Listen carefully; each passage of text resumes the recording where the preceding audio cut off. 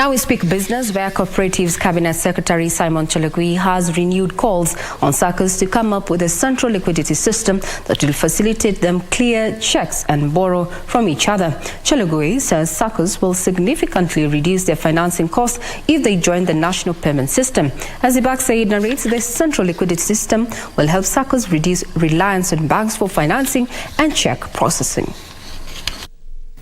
The Cooperative Bank is holding its inaugural two-day Cooperative CEOs Forum Roundtable to focus on how the cooperative movement can step up support to micro, small and medium-sized enterprises.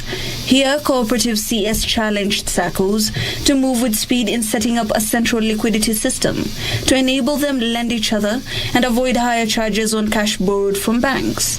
I will be developing another consultation, Marang, so that the Saccos can tell me, when we engage with them and partner, how will they manage the savings? How will we collect the savings? We'll have a central deposit savings, which is now going to be running parallel with the Hustler Fund. So, as you lend, we deduct. We'll agree on the percentage of deduction so that all that money is pooled, and we hold 70% for 60 years as a pension for these hustlers.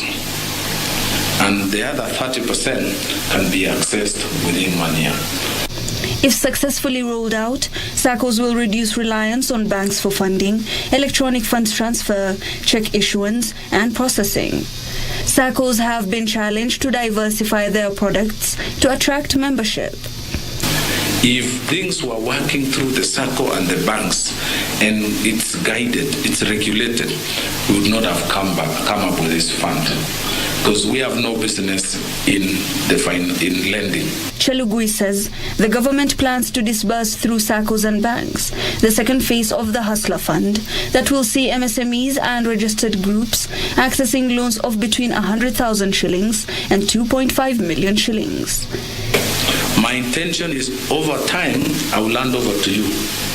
Tell you, this is my 10 million people, this one behaves like this one behaves like this. If it comes to you, you have a background profile of this fellow. Saccos to come up with products whereby they can even give daily loans.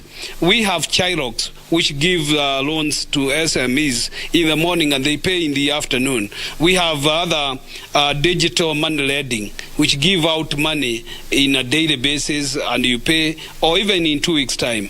So we would encourage the Saccos to come up with the new products whereby I can get money in the morning and pay with a small interest in the evening. He says in future, borrowers will be assessed based on their credit score systems, which will then advance to a savings score system. Since its launch in November last year, over 18 million Kenyans have borrowed 16 billion shillings from the Hustler Fund and repaid half of the borrowed amount. 8 million Kenyans repaid the Hustler Fund loans within the stipulated 14 days, while 4 million borrowers settled in a month. Ibak for Prime Edition.